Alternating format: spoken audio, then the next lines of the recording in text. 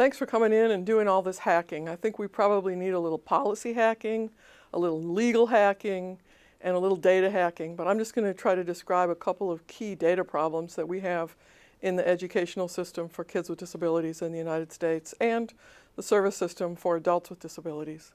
So in schools, we have a little more than maybe almost 7 million kids with disabilities. And the problem we have with their IEPs is, you know, data privacy says you should be able to have and manage your own data, but a lot of children and their families don't have a copy of their IEP that is legally recognized or stamped in any way. This is a problem if the student is a foster child and they change foster families. The IEP is supposed to move with them seamlessly. Often that seems to be technically impossible. If they move from one school district to another school district with their family, the IEP is supposed to move with them. Often that seems to be technically impossible. And frankly, for a lot of kids, there's more than one parent or more than two parents. Our parents don't live together. And sharing information about what's in the educational program seems to be difficult, and we don't quite know how to manage that data so that it can be moved around with the kid, which is what it's supposed to do.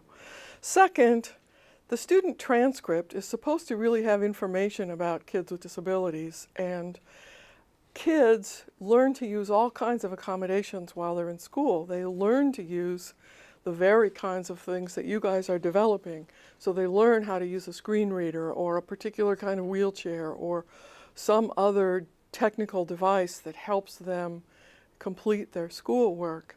But the transcript doesn't have any record of what they have mastered as an accommodation. And sometimes we think that's because people are afraid of a HIPAA violation. If they put anything like an accommodation into the transcript, then there's a record of something that they think is going to be a problem.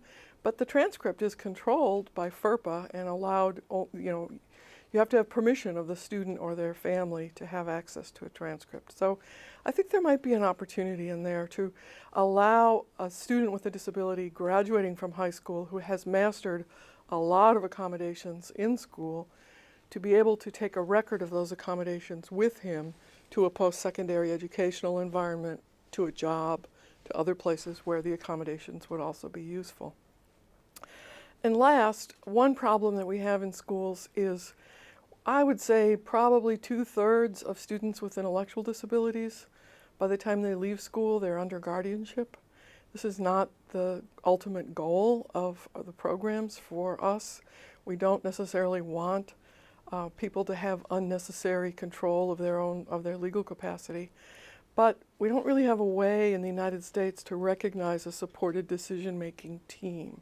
So is there a way that decisions or connections could be, I don't know, put together in an app or something so that a person who has an intellectual disability, rather than seeking guardianship, could have a way of connecting to their decision-making team, or could have a way to show, well, these are the people that I trust to give me my advice. I trust my parents. I trust my brothers and sisters. I trust my friends. And could that be somehow put together so that it would help us develop a new alternative to guardianship that would be called supported decision making? Thanks for what you're doing today. Good luck.